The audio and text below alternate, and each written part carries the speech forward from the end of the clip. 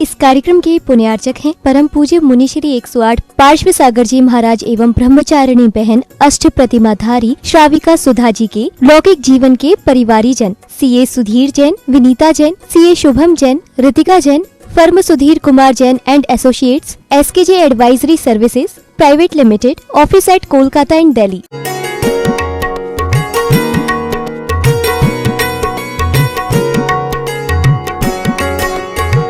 स्वरूप, आपने तो रूप में दूसरों का रूप देखा तो वो काला है, वो गोरा है, हाँ कोई नाटा है, कोई गोंगो, कोई लंबा है, ये सब नाम कर्म से मिला हुआ है।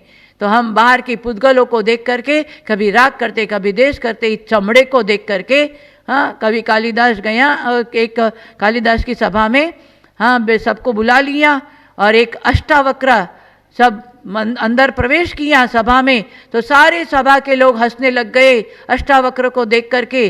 फिर भी वो आगे जाकर बैठा क्योंकि वो बहुत पंडित था। और कालिदास ने कहा भी अष्टावक्र तुम हमारी सभा को संबोधन करो। तो अष्टावक्र खड़े होकर के बोले कि राजन तुम्हारी सभा को क्या संबोधन करे, तुम्हारी सभा के सब लोग चमार हैं। तो बड़े कालिदास को भी आश्चर्य हुआ और लोगों को भी आश्चर्य हुआ कि आज मुझे हम सबको चमार बता रहा है। कालिदास ने पूछा भाई आज क्यों चमार बता रहे हो, क्या बात है यूँ?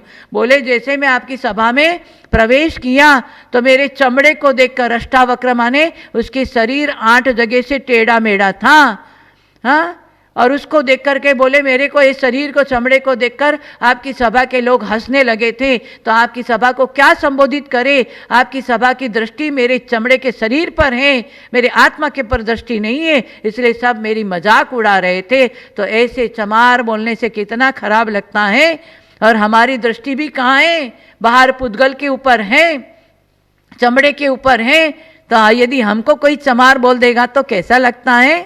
हाँ, नकटी को नकटी बोलते तो खराब लगता है, चमार को चमार बोले तो खराब लगता है। नाक कटी हुई है, 16 श्रृंगार करेंगे तो क्या अच्छा लगेगा? क्या नहीं लगेगा। इसलिए स्वयं को समझो। अभी हमने स्वाध्याय में देखा स्वयं को समझे नहीं है और दूसरों को समझाने चले तो कोई फायदा नहीं है। पहले स्वयं को समझाओ, समझो और समझाओ तो अपना भी कल्याण होगा और दूसरे का भी कल्याण होगा। आगम की बात को लेकर दूसरों को आप आगम की बात बताओ। आगम को साइड रख के कोई 13 पंथी, कोई 20 पंथी, कोई कांजी पंथी, कोई 14.5 पंथी, ये पंथ को अलग करके जो पूर्वाचार्यों का ग्रंथ है, जो दर्शन आचार्य पुष्पदंत बुद्धबली और जिन्होंने कुंद कुंद आचार्य का जो ग्रंथ है उन ग्रंथ को लेकर के अपने नमक मिर्ची नहीं मिला करके उस ग्रंथ को पढ़ करके आप खुद समझे और औरों को भी समझाएं। ऐसे पंडिताई सही है। नहीं तो हम आज चकाचौंध में आकर ख्याति लाभ पूजा में आकर के यदि हम प्रवचन करें और प्रवचन सुने और उसके अनुसार भी क्रिया करेंगे तो कभी भी मिथ्यात्व से नहीं बचेंगे। सम्यक्त्व को प्राप्त करना है, थोड़ा भी समझो और उस समझ करके अपनी क्रियाओं में आचरण में ले कर आओ तो हमारा जीवन सफल हो सकता है। उच्चारण नहीं करना है, उच्च आचरण में करना है। हाँ, उच्चारण करते हैं भगवान महावीर का दिव्य संदेश, जियो और जीने दो। और हम सब क्या कर रहे हैं? सुबह से शाम मारो और मरने दो, मेरे बाप का क्या जाएगा? हाँ, ऐसा नहीं होना चाहिए। जीव मात्र के ऊपर दया करो। हमारा धर्म है दया धर्म। हाँ, हमारे गुरु हैं निर्ग्रंथ गुरु, हमारे देव हैं वितराग देव। हमारा धर्म है दया मूलो धम्मो। दया, प्रत्येक प्राणी के प्रति दया करो। एक छोटी सी चम्मच धोना है तो बेसिन का नल चालू कर दिया, कितना पानी गिराते हो? और आचार्य ने कहा एक बूंद पानी में 36,450 जीव हैं और सुबह से शाम कितना पानी गिराते हो? हाँ, फिर कितना भी उपवास व्रत करो, दर्शन करो, तीर्थ ना करो, और जब जीव के ऊपर दया नहीं है, हाँ, तो फिर आप अहिंसावादी कहाँ हुए? और जब तक अहिंसा धर्म को नहीं अपनाएंगे तो ये जैन धर्म मिलना सार्थक होने वाला नहीं है। इसलिए सबसे पहले दया मूलो धम्मो। हम जो भी क्रिया करते हैं प्राणी मात्र को बचाते हुए, जीव मात्र को बचाते हुए प्रमाद रहित होकर कार्य करना है। यदि प्रमाद रहित होकर आप जा रहे, आ रहे, बैठ रहे, उठ रहे, बोल रहे हैं तो उस प्रमाद रहित होकर के जो काम कर रहे हैं तो आपको पुण्य बंध है। और प्रमाद पूर्वक कार्य कर रहे हैं, कोई जीव नहीं भी मरा तो भी आपको उस प्रमाद के वशीभूत आपको पाप का बंध होगा। इसलिए प्रमाद को समझे। प्रमाद कितने प्रकार का है और अभक्ष कितने प्रकार का है। हम जो अभक्ष खा रहे हैं उस अभक्ष की वजह से हमारा मन मलिन हो रहा है। अमर्यादित भोजन करने वाला, बाहर का अभक्ष खाने वाला, वो अपने मन को कभी निर्मल नहीं कर सकता है। इसलिए हमने कहा था पहले भी कि हमारे व्यवहार में नम्रता होनी चाहिए और मन में निर्मलता आनी चाहिए और भोजन में सात्विकता आनी चाहिए, तो हमारा जीवन बहुत ऊंचाइयों तक पहुंच सकता है। आगम का ये छोटा छोटा भी सूत्र अपने जीवन में चिंतन में लाएंगे तो निश्चित हमारा ये चिंतन सारी चिंताओं से बचा करके हमें आगे बढ़ाएगा। जब तक अटपट में रहे तब तक खटपट होए, जब मन की अटपट मिटे झटपट दर्शन होए। अपना है तो अपने पास में है, आगम का ज्ञान करे। आज पंच कल्याणक जो सम्मेद शिखर जी त्रियोग आश्रम में होने वाला है, तो आप लोग सभी पधारें ऐसे सुमंगल भावनाओं के साथ में। बोले द्वादशांग जिनवाणी माता की जय। क्या प्रश्न है? भाग्य और पुरुषार्थ के बारे में जो प्रश्न किया उसका आचार्य ने उत्तर दिया है। देवा देवहारता सिद्धिश्चेद देव पौरुषता कथम देवता छेद निर्मोक्षा पौरुषम निष्फलम भवेत। एक आचार्य ने बोला, ये जी भाग्य से सफलता मिलती है, इस भाग्यवान को पुरुषार्थ करने की क्या जरूरत है? ये जी पुरुषार्थ से सफलता मिलती है, फिर भाग्य क्या मतलब है? समझे? भाग्यवान क्या चुपचाप बैठे रहे? हाँ, ये पुरुषार्थ और भाग्य संसार की अपेक्षा है और सिद्ध भगवान की अपेक्षा नहीं। वहाँ तो पुण्य पाप दोनों नहीं है, शरीर ही नहीं है। शरीर वाले के लिए पुरुषार्थ और भाग्य की बात है। और यहाँ शरीर वाला भी मैं भाग्यवान बन गया, अब चुपचाप बैठे रहो, नहीं बनेगा। वो भाग्य कब तक है? जब तक आयु है तब तक भाग्य है, समझे? आयु खत्म होने के बाद में बड़े बड़े करोड़पति को भी एक दिन मारना पड़ेगा। वो जितने संपत्ति वैभव है वो साथ में लेके नहीं जाएगा। और वैभव संपत्ति वैभव के बीच में ये पुण्य किया हो और परमों में भी भाग्यवान बन सकता है। यदि पाप किया हो तो वो भाग्यवान भी एक दिन दरिद्र बनेगा, दुखी बनेगा, नरक में भी जाएगा। इसलिए पुरुषार्थ नहीं करने तो, इसलिए पुरुषार्थ करना पड़ेगा, भाग्यवान बनेगा। और पुरुषार्थ तो एक चींटी भी करता है, समझे? चींटी भी जो है अपने जो है पेट के लिए आंख से अंधे हैं तो भी चींटी जो है कोस पर चले जाता है पुरुषार्थ से, समझे? और जो है गरुड़ पक्षी बैठे बैठे रहेगा, समझे? उड़ने की शक्ति है, कोस पर एक क्षण में पहुंच सकता है, लेकिन बैठे बैठे रहे तो और वो कोस पर नहीं जा सकता। इसलिए पुरुषार्थ भी जरूरत है, भाग्य पुरुषार्थ है। इसका एक दृष्टांत दिया। एक राजा के पास में दो आदमी पहुंच गए। वो पहुँच कर गया, बोल के बोलता, महाराज भाग्य बलवान है, मैं बोलता हूँ।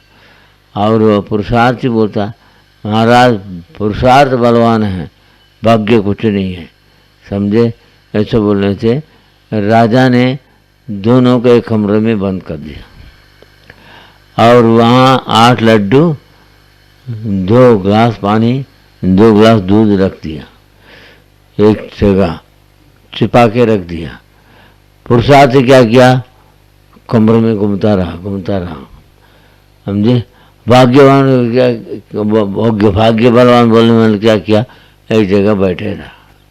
देखो दृष्टांत है। तो समय जो है जो पुरुषार्थ से घूमने लगेगा, वो छिपा के रखा था वहाँ 8 लड्डू और 2 गिलास दूध। तो उसको देखने में आया तो लेके आया, देखो मैंने पुरुषार्थ किया, मेरे को 8 लड्डू मिल गया, 2 गिलास दूध मिल गया, तेरे को क्या मिलेगा? तो चुपचाप बैठा रहा है, समझे? इनका कुछ नहीं मिलेगा, समझे, ऐसा बोल दिया। कुछ समय के बाद उसने 4 लड्डू खाने के लिए, दूध पीने के लिए बैठ गया। कौन? पुरुषार्थी। हाँ, और उसको थोड़ी देर के बाद इसके मन में ये मेरे साथ में आया है तो इसको भी कुछ देना चाहिए, उसका भाव बन गया, समझे। उसने क्या किया, 4 लड्डू 1 गिलास दूध उसको भी दे दिया, समझे। तो उसके बाद में राजा के पास फिर पहुंच गया तो भाई वो लड्डू और दूध क्या हो गया। पुरुषार्थ बोला मेरे को मिल गया, मेरे को 8 लड्डू, मैंने पुरुषार्थ किया, मैंने 2 गिलास दूध भी ले लिया, लेकिन मेरे को दया आ गया।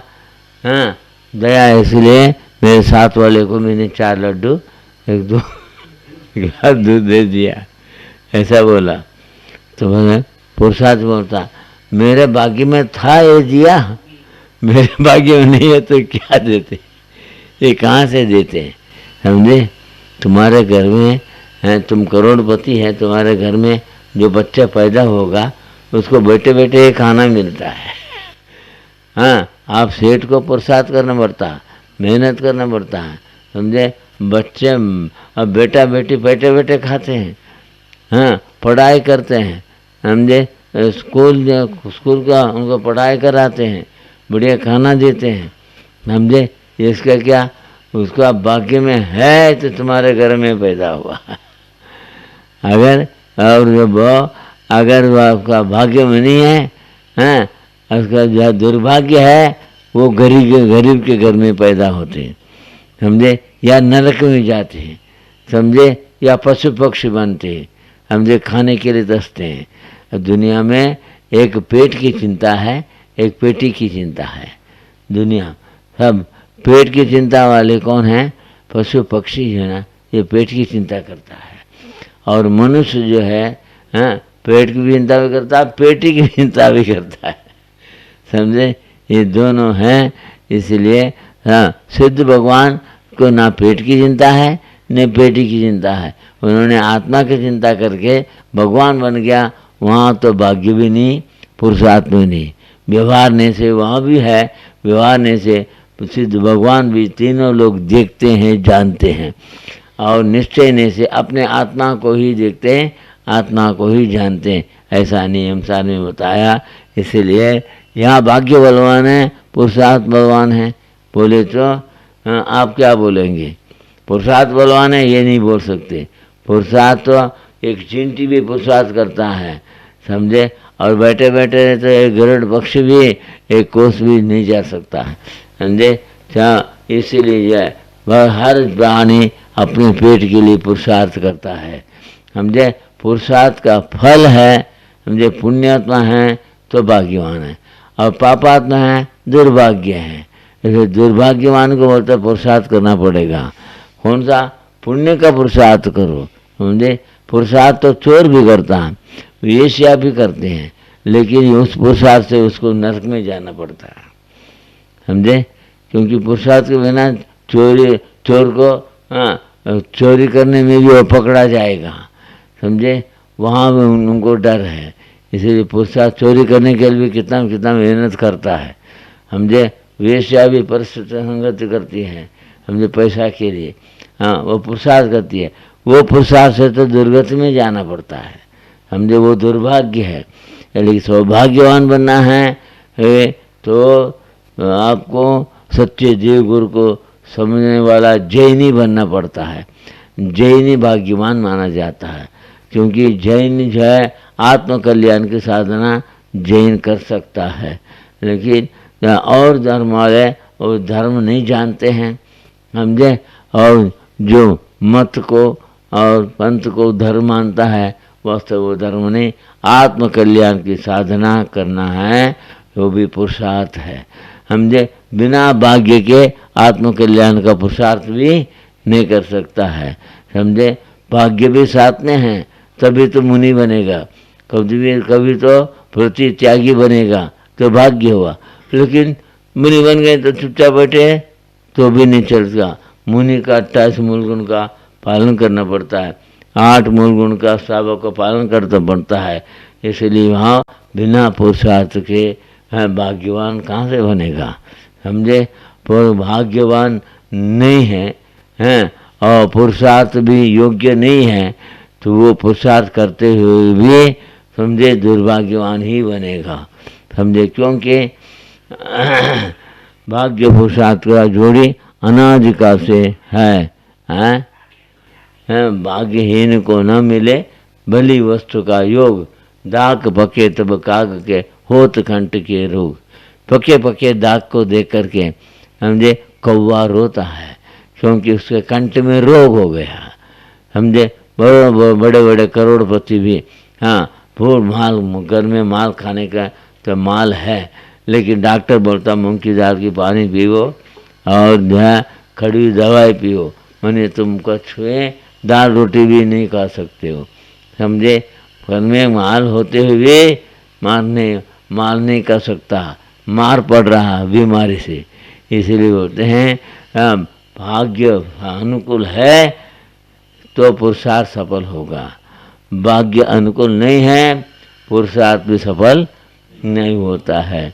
इसीलिए जो है तो यहाँ बोल दिया करोड़पति को भी नरक का दुख मोड़ता है, और एक गरीब आदमी भी बड़ी बढ़िया दाल रोटी सब्जी खूब भूख से खाता है, समझे। खूब खाता है, समझे, मेहनत करता है, समझे, उन्हें खाने को मिल रहा है, समझे। और जिसको बढ़िया बढ़िया खाना चाहिए, गरीब को भी बढ़िया बढ़िया खाना नहीं मिलेगा, समझे, उनके भाग्य में नहीं है, समझे। बढ़िया खाना मिलते हुए खा नहीं सकता है, कोई बीमार है, रोगी है, समझे, दरिद्र और जो है पैसा वाला होते हुए और जो है शरीर अनुकूल नहीं है, इसलिए खाना भी नहीं खा सकता है। इसलिए अपने जीवन में अपने को ये अहंकार नहीं करना, मैं बड़ा करोड़पति हूँ, मैं बड़ा आचार्य हूँ, मैं बड़ा तपस्वी हूँ, समझे। ये अहंकार जहाँ होता है मिथ्या दृष्टि को, तो अहंकार से और ममकार से और महान पुण्यात्मा भी पापात्मा बन जाता है। धीरे भाग्य का अहंकार नहीं करना और पुरुषार्थ का भी अहंकार नहीं करना। पुरुषार्थ का वो सच्चे जीव गुरु शास्त्र को उपासन कर रहे हो, महान शास्त्र से पुण्य बंद कर रहे हो, फिर भी अहंकार नहीं करना। अहंकार नहीं करने तो सम्यक तो नहीं होगा, मिथ्या दृष्टि लाएगा। सम्यक दर्शन प्राप्त करने के लिए 4 कारण मिलना चाहिए। हम दैवाद काला दिशन लब्धो प्रत्यासन भवानवे भव्य भावा विपाकाद्वा जीवा सम्यक मुष्टते। जैनी भाग्यवान तब है कि सम्यक दर्शन हो।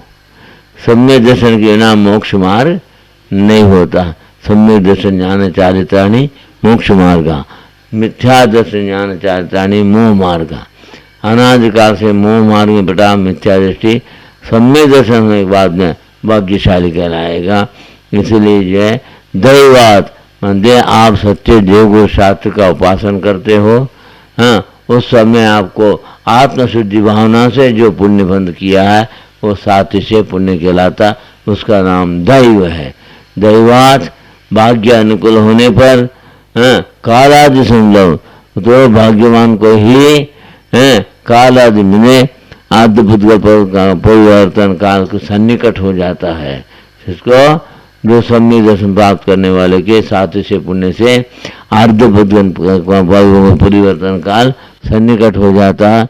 और क्या होता है, दैवात काला सुंदर प्रत्यासन भगवान संसार पे थर्ड पास में आता है, अर्थात तो उनका जो है 5 परिवर्तन जो है, पंच परिवर्तन जो है वो कट जाता है, केवल अर्धभुत का परिवर्तन काल ही सीमित हो जाता है।